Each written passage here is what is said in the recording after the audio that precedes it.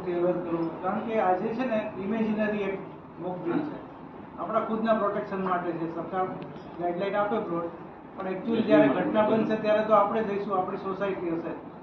તો એની જે અવેરનેસ માટેનો પ્રોગ્રામ છે, બધાને અવેર કરો, ખૂબ અવેર કરો આપણી ઘરમાં, સમાજમાં, સોસાયટીમાં, કે આવી એક સરસ એક મોક ડ્રીલનું આયોજન કર્યું છે. નકરે નારાયણને કાલ સવારે ખરેખર ઇનેમી એક્શન થાય તો આપણે આ મોક ડ્રીલને યાદ કરીને પછી આપણે જે અત્યારથી પ્રિપેર્ડ રહીએ એના માટેની આ એક્સરસાઇઝ છે. છાપામાં પણ વાંચતા હશો, આજે કદાચ ન્યૂઝમાં પણ આખા ઇન્ડિયામાં આ એક્સરસાઇઝ થાય છે, એટલે તમને ખૂબ સારા સારા રિપોર્ટ્સ ને બધું જોવા મળશે કઈ રીતનું હોય છે.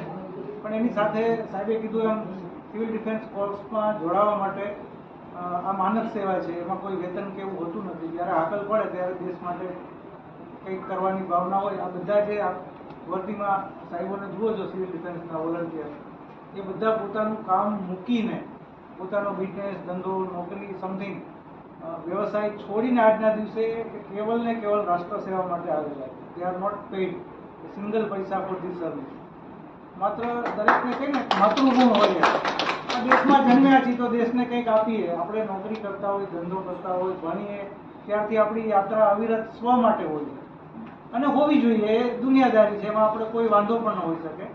પણ અલ્ટિમેટલી જે માટીમાં જન્મ્યા છે એના માટે પણ જો કંઈ કરવું હોય તો આ શ્રેષ્ઠ તમને એક તક પાડે છે. એટલે આપણા એરિયાના કોઈ વોર્ડન હોય કે ઇવન અમારી લાલ દરવાજા ખાતેની સિવિલ ડિફેન્સ ઓફિસમાં બી આપ મળશો, અમારી વેબસાઇટ ઉપર પણ જોશો, ડાયરેક્ટર જનરલ સિવિલ ડિફેન્સ.